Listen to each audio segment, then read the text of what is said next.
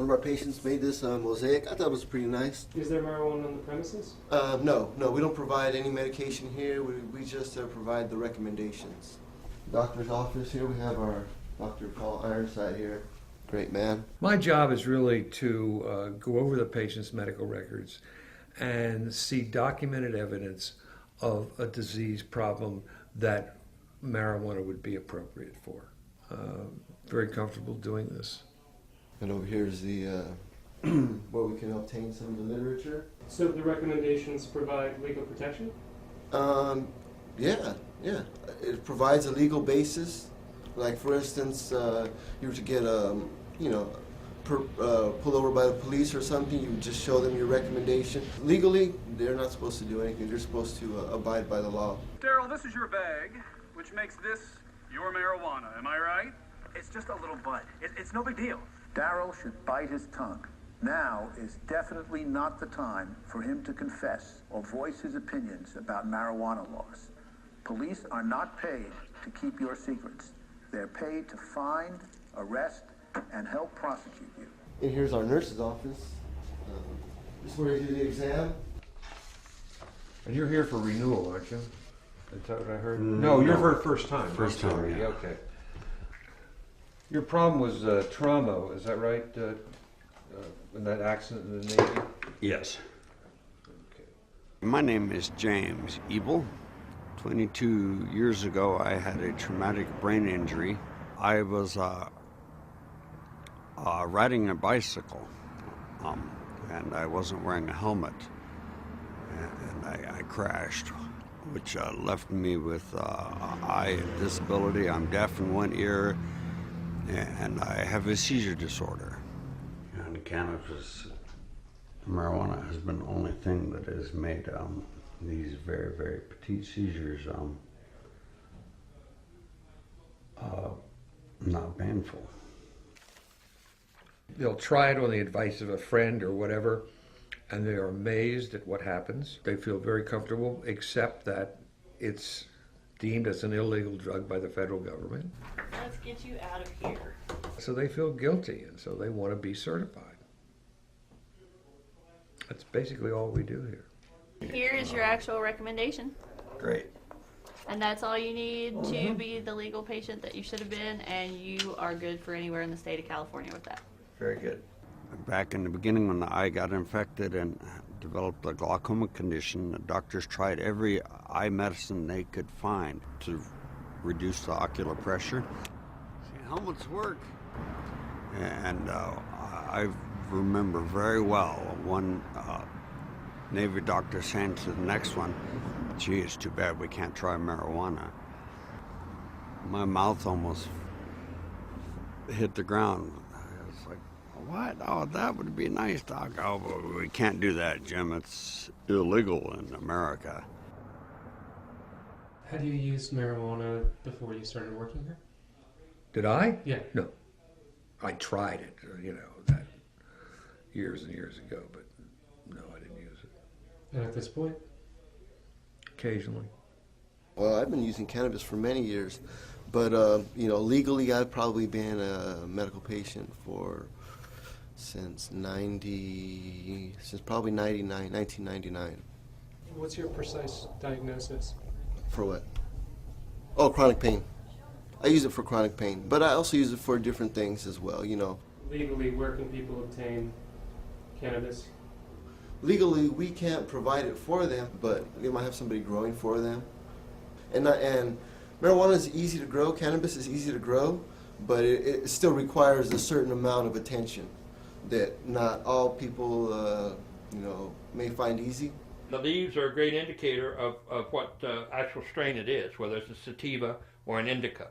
Growing for THCF and growing for Human Kindness Center, I try to stay within the limits of everything that I'm allowed to grow. These are plants for 50 different people that we have, that we take care of. I have recommendations for all of these people, and we grow these for the people under a nonprofit corporation. Nonprofit corporation is Human Kindness Center, and all we're out here for is to help people get their medicine. Nothing gets wasted. This is all legal. Okay?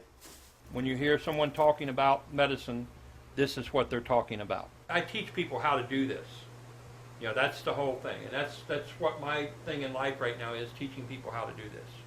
And I would rather teach someone how to do it than have them going out and buying it off the street corner or going into somewhere else and buying it.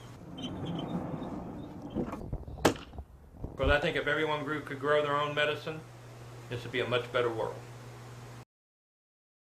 Medical marijuana proponents praising a new Obama administration policy. The Justice Department will no longer arrest users or suppliers in the 14 states that have approved medical marijuana laws. And for reaction, we're joined from a California marijuana dispensary. Liquor.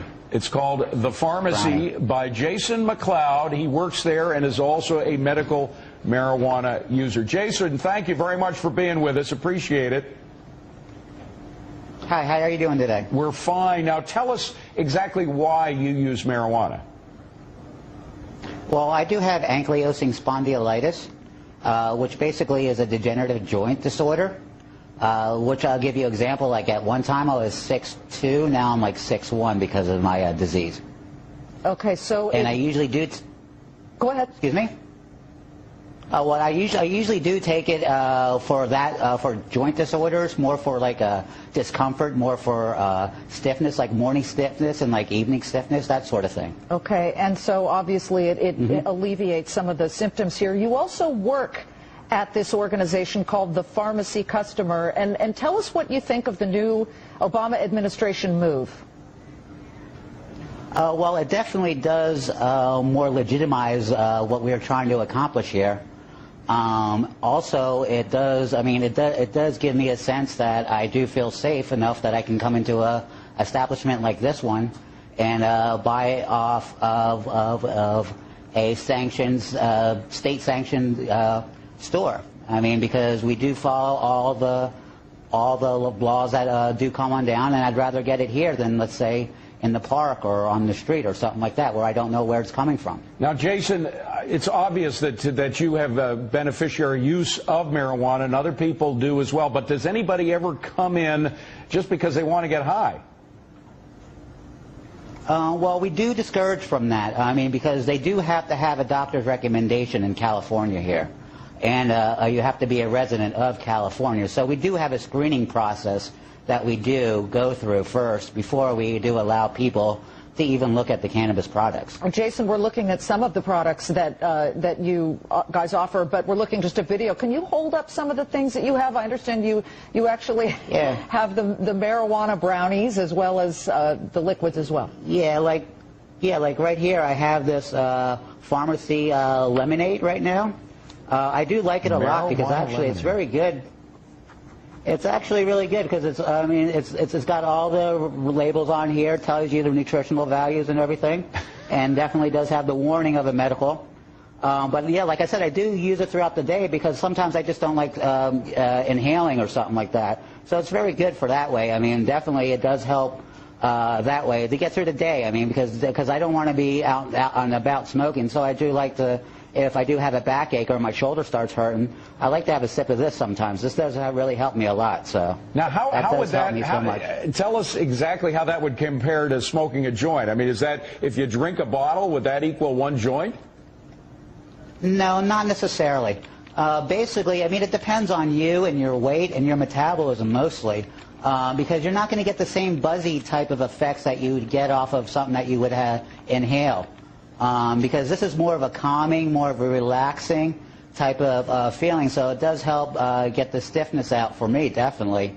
And also, it doesn't really put you to sleep, too, because a little bit of that tea in there does help you to not get over-medicated or relax too much, as I should say. Jason, let me just express what a lot of people are thinking.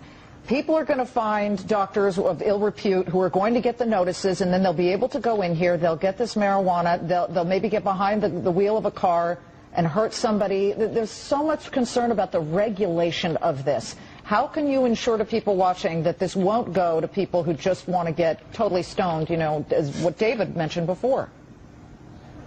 That is correct. That is our concern, too, because, I mean, we always tell people, please do not medicate while you're driving, or the best place to do it is at home.